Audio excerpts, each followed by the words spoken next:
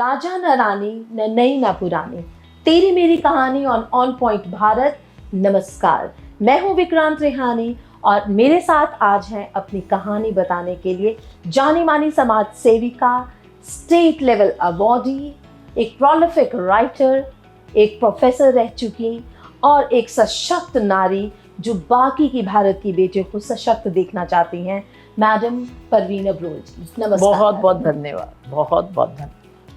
सबसे पहले तो मैम सैल्यूट है आपको कि आप थकती नहीं, आप रुकती नहीं, समाज की बेटियों को ना सिर्फ आप सशक्त कर रही हैं, एजुकेट कर रही हैं, बल्कि आप उनको कहीं ना कहीं से रेस्क्यू करा के रीएस्टैब्लिश भी कर रही हैं। बहुत बहुत बधाई इन एफर्ट्स के लिए। सबसे पहले आप बधाई के पात्र हो जो आप मेरे पास आए, और दूसरा ये जो कुछ भी है ये सब समाज का दिया हुआ है। तो मैम सबसे पहले मैं आपसे ये पूछूंगी कि आपको ये जो चिनक है ये कहाँ से लगी कि समाज में आपने कंट्रीब्यूट करना, और इतना जबरदस्त धांसू लेवल का कंट्रीब्यूशन, इतना ब्रेव होकर आप आगे आई और लड़कियों को रेस्क्यू कर रही हैं और उनको रीएस्टैब्लिश कर रही हैं, और फैमिलीज को भी आप काउंसिल कर पा रही हैं कि बच्चियों को एक्सेप्ट किया जाए। तो ये स्टार्ट कैसे हुआ? ये अक्सर आपको सुनने में मिलता है कि ये सब कुछ आपको पहले घर से मिलता है जी। आपकी माँ जो होती है जी। वो पहली आपकी टीचर होती है। मेरी माँ बिल्कुल अनएजुकेटेड थी जी। अपने साइन करना भी नहीं, हमने उनको साइन करने सिखाए थे। अच्छा जी। पर उसके बावजूद भी वो मेरी पहली टीचर थी जी।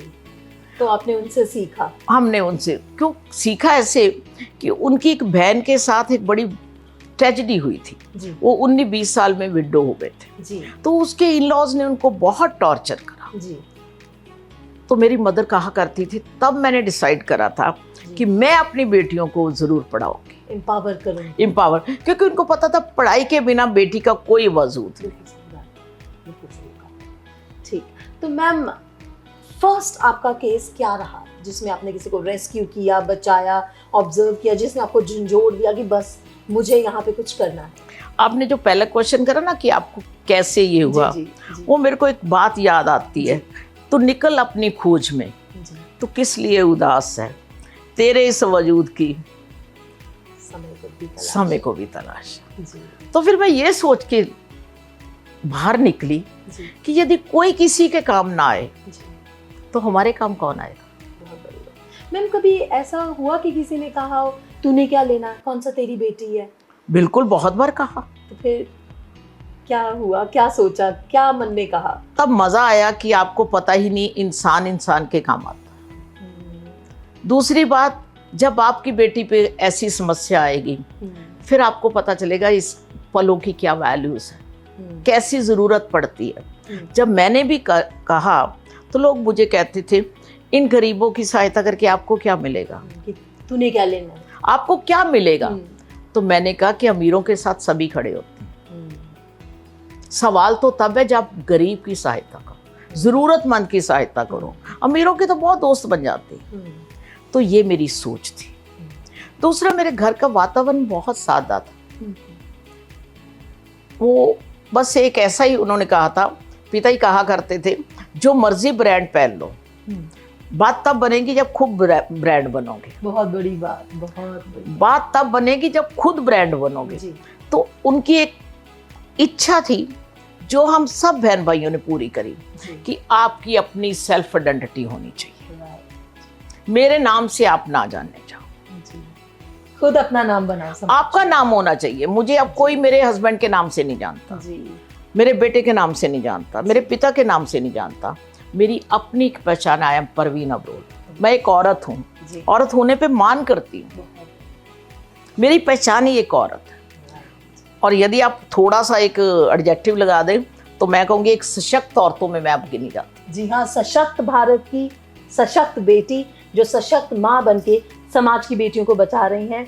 अगर कोई कहे इनको कि तूने क्या लेना, तो इनका एक ही जवाब होता है, मैंने लेना है। हाँ, यस मैंने लेना है, क्योंकि ये मेरे परिवार का अंग है। परिवार मीन्स सामाजिक परिवार। हम कहते हैं कि सारा कुटुंब एक परिवार है। जी, वासुदेव कुटुंब। तो ये मेरा परिवार है।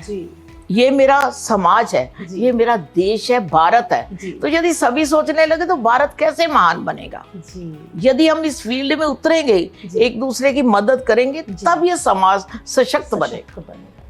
मैम अभी आप भारत की बात कर रही थी और हमारे सूत्र बताते हैं कि जब भारत की पार्टीशन नहीं हुई थी तो आपका परिवार लाहौर में था। Yes. और बहुत वेल नोन और फेमस थे। तो वहाँ से पार्टीशन हुई, कहते हैं कि आपको एक मार वहाँ पड़ी आपके परिवार को, फिर आप तरन तारन की तरफ आपका परिवार सेट हुआ, फिर ऐसा भी कहते हैं कि वहाँ पे दूसरी मार पड़ी पाकिस्तान की तरफ से, तो खाली हाथ हो गए थे, सब उजड़ गया। कुछ उसके बारे में हमारे दर्शकों को बताएंगे? मैं एक बात कहना चाहती हूँ कि एक ज्ञान ही है जी। जो आपसे कोई नहीं छीन सकता। जी बिल्कुल सही। वो ज्ञान आप कहीं पे भी यूज कर सकते हो, जी। फिर रीएस्टेब्लिश हो सकते हो। तो वो ज्ञान एक तो मेरे फादर के पास था। क्या करते थे आपके फादर? मेरे फादर अपने टाइम के BA-BT थे, हेडमास्टर थे। तो जब लाहौर में आप पार्टीशन की बात कर रहे हो तो एक हमारे चाचा जी बात सुनाया करते थे। मैं सोचती हूँ कि तब भी बेटी बेटे में भेद होता था। जी। बात चाहे 47 की है। जी। तो कहते कि जब वो पैदल जा रहे थे पार्टीशन के बाद, पार्टीशन हो गई, हाँ हो गई, तो जनता इधर की उधर हो गई उधर। तो जब जा रहे थे तो वो उनसे बच्चे नहीं दोनों उठाए जाते थे। अच्छा, दो बच्चे, दो बेटा बेटी थे। तो उन्होंने बेटी को छोड़ दिया। जी। बहुत बच्चे कहीं ना कहीं पेरेंट्स से बिछड़ गए थे, तो वो बेटी को छोड़ दिया और बेटे को लेके मील 1.5 मील आगे चल पड़े। बच्चा गोदी में बेटा उठाया था? छोटे छोटे थे, 1.5-2 साल का दोनों का फर्क था। तो नहीं इतना, एक ने वो गठड़ी उठाई हुई थी, एक ने बच्चे उठाए हुए थे, तो नहीं जाया जा रहा था, तो बेटी को छोड़ गए। मैम इंटेंशनली छोड़ा कि अपने आप चल चल के आ जाएगा? ये नहीं, इंटेंशनली छोड़ा कि नहीं उठाए जाते, क्या करे, बेटे को ले जाते। तो तब भी बेटा बेटी में भेद। तो जब कुछ आगे गए तो माँ की ममता फिर जागी, उससे आगे नहीं जाया गया। फिर वो पीछे मुड़ी और वो बेटी गोदी में सिर रख के बैठी हुई थी, तो उसको उठा के लाए। आज वो प्रिंसिपल रिटायर्ड है। एक तो ये जब देखती हूँ तो वो मोमेंट याद आते हैं कि शायद उस लड़की को पता भी नहीं होगा कि ये मुझे छोड़ के गए।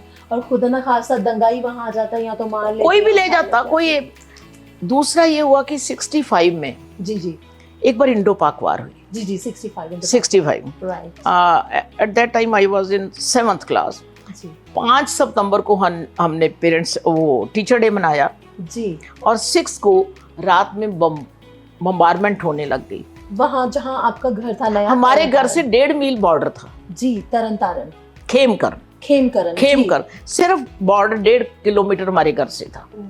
पाकिस्तान हमारे घर में, अब भी हम गए हैं कुछ सालों के बाद, तो ऊपर चढ़ के देखे, इधर पाकिस्तान वाले पशु चरा रहे हैं, इधर हम हैं। हाँ। तो बड़ा अच्छा भी लगता है कि हम लोगों ने देखो क्या बना दिया, पॉलिटिशियंस ने क्या बना दिया, हमारे लीडर। तो हम उनसे बातें भी करी, वो भी पूछे कहाँ से आए हो, कैसे हो जी। तो उसमें भी एक ट्रेजेडी थी कि मेरा भाई यहाँ पे मेडिकल में दाखिल हुआ, मेरे मदर उनके पास थे।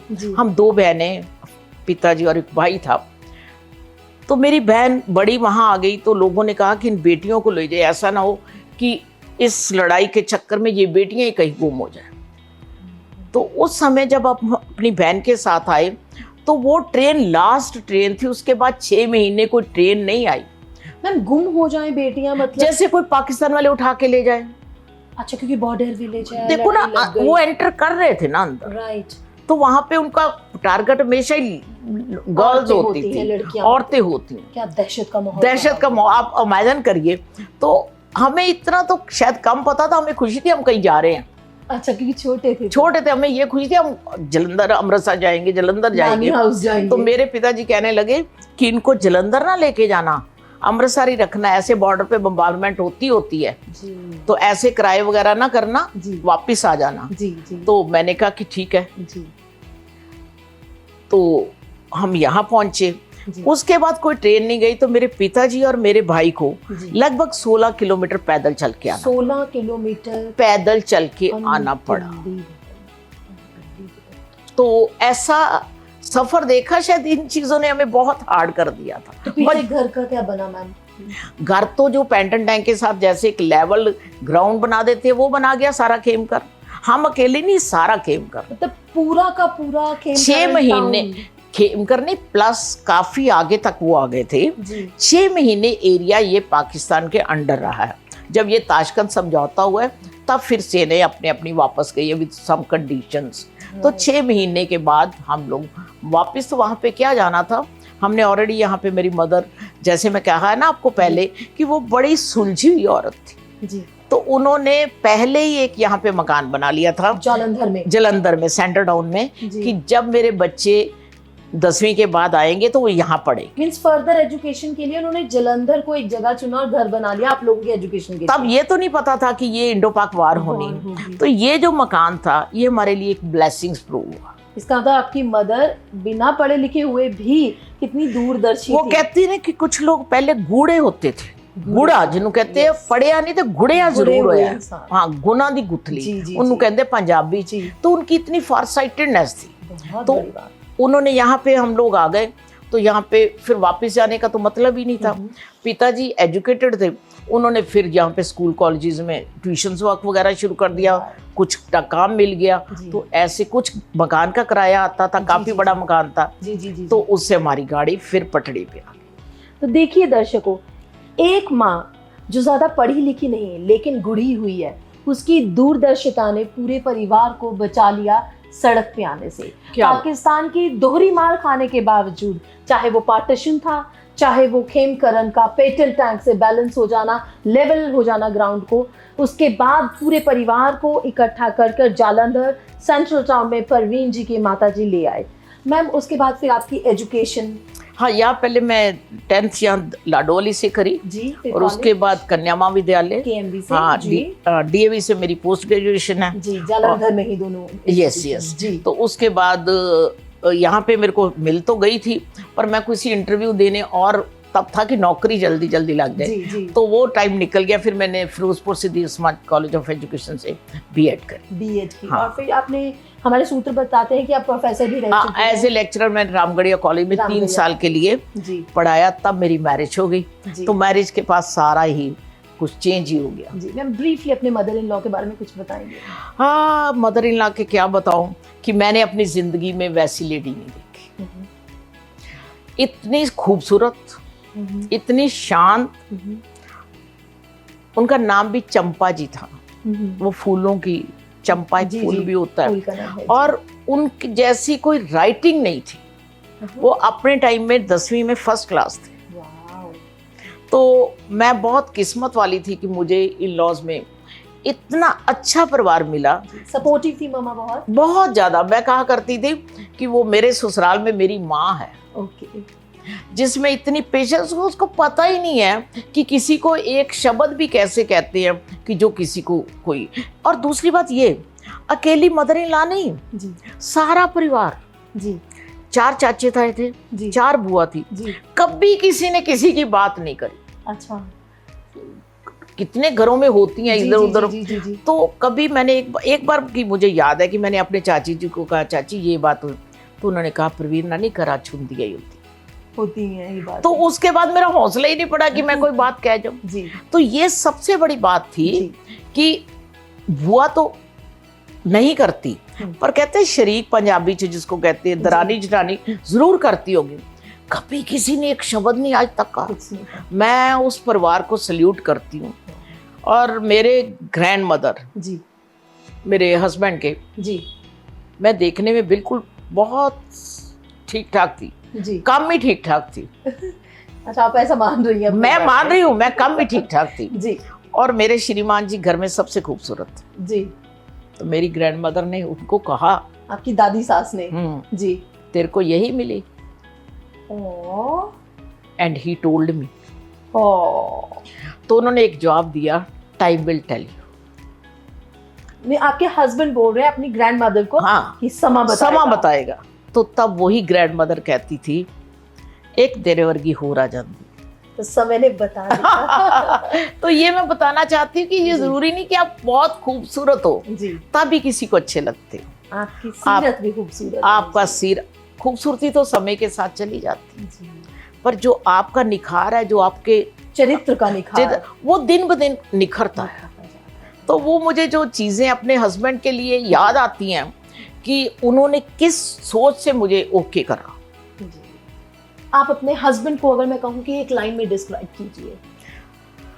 डिस्क्राइब क्या करूँ कि दुनिया में वैसा आदमी दोबारा नहीं मिल सकता किसी को। अद्भुत थे। वो कहते हैं ना, मल्टीनेशनल कंपनीज हैं, वो एक अच्छा इंसान था। उसके बाद मैंने तो कह रहा हूँ ना, दुनिया रोती थी। वो एक अच्छे एस्ट्रोलॉजर थे जी। एक अच्छे वास्तु कंसल्टेंट थे जी। एक अच्छे होम्योपैथ थे और सबसे बढ़िया वो एक अच्छे ह्यूमन बीइंग। तो बहुत क्वालिटीज थी। मेरे को लगता पता नहीं मैंने उनके साथ कितने जन्म बता लिए। वो ही मेरे स्ट्रेंथ थे। उन्होंने मुझे पंख दिए, तो आज उनके पंखों के सारे मैं आज भी उड़ रही। और पता नहीं कितनी लड़कियों को एम्पावर कर रहे हैं।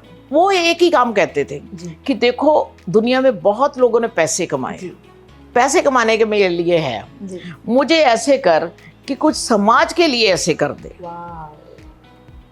तो उन्होंने आपको इंस्पायर किया और पुश भी किया कि समाज के लिए कुछ। हाँ, जब मैंने उनको कहा कि हमारे घर में सर्विस के बिना रिवाज ही नहीं, कोई सब सर्विस है जी।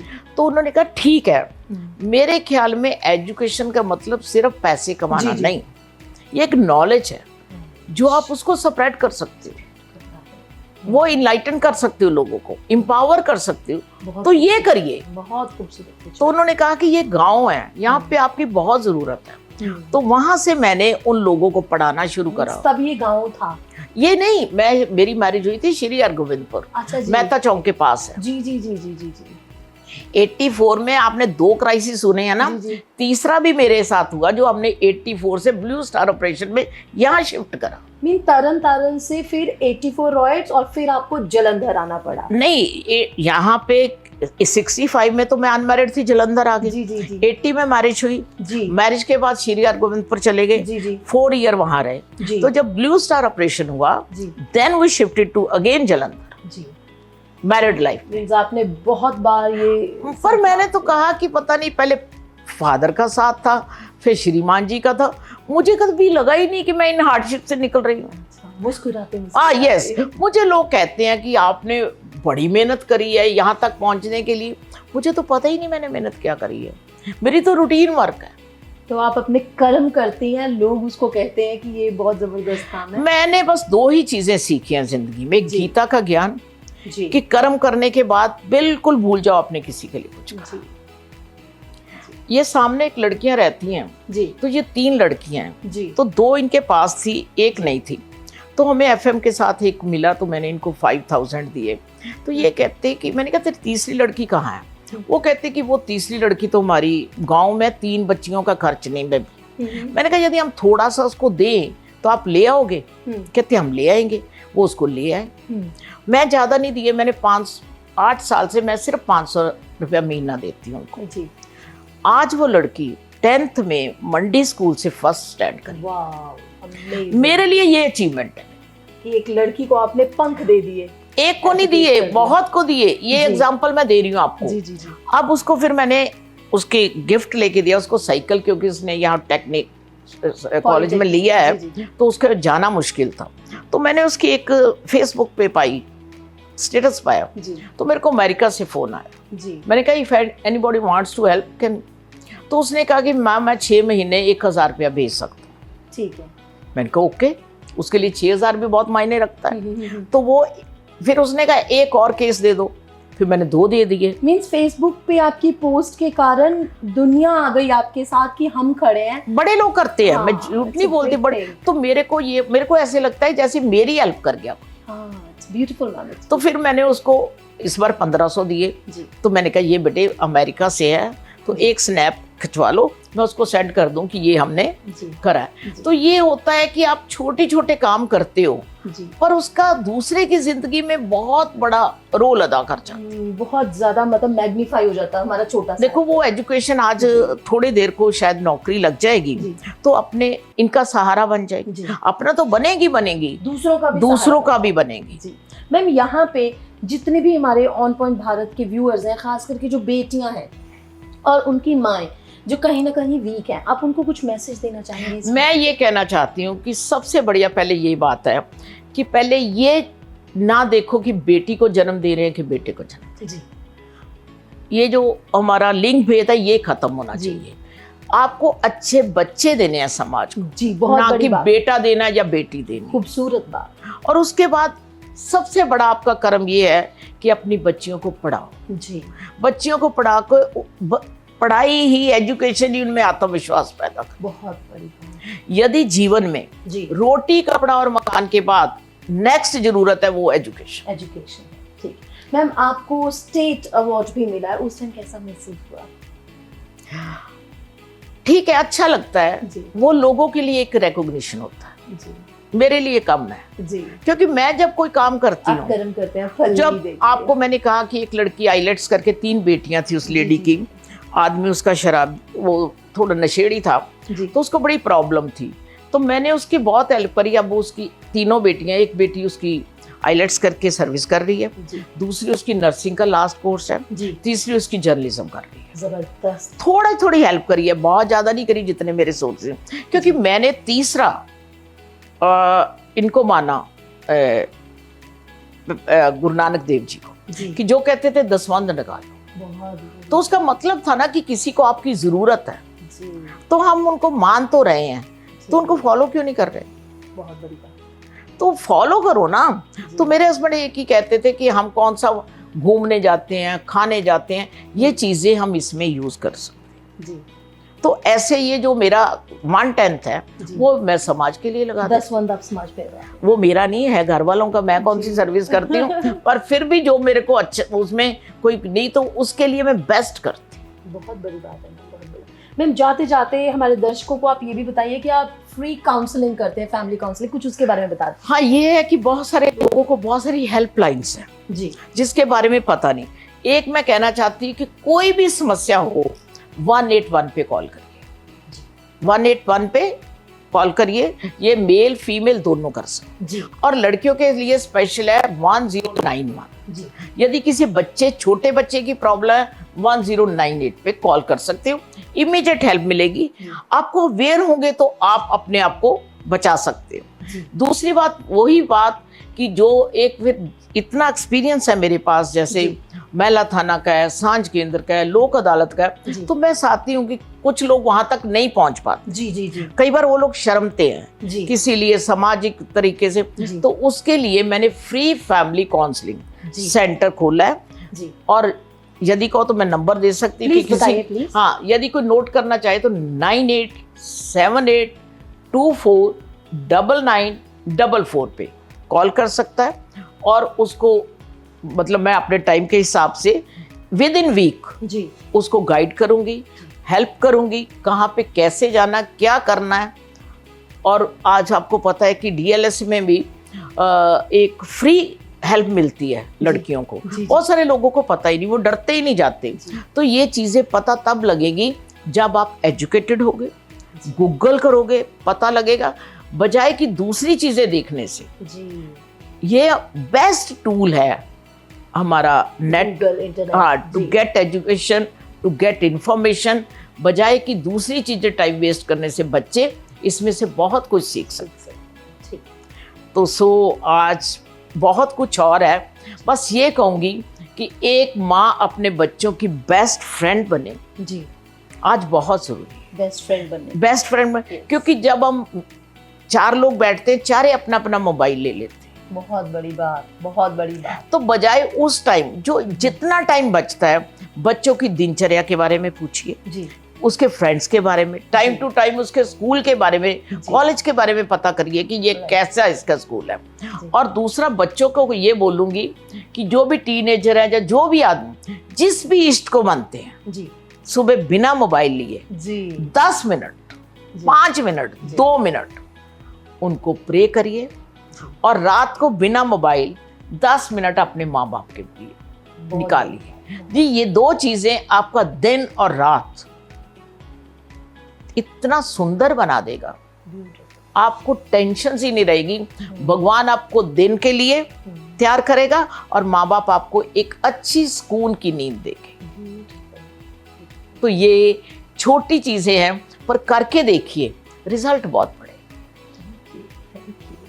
तो ऑन पॉइंट भारत के दर्शकों, तेरी मेरी कहानी में जालंधर की जानी मानी सोशल एक्टिविस्ट लेखिका, प्रोफेसर रह चुकी मैडम परवीन अब्रोल जी हमारे साथ थी।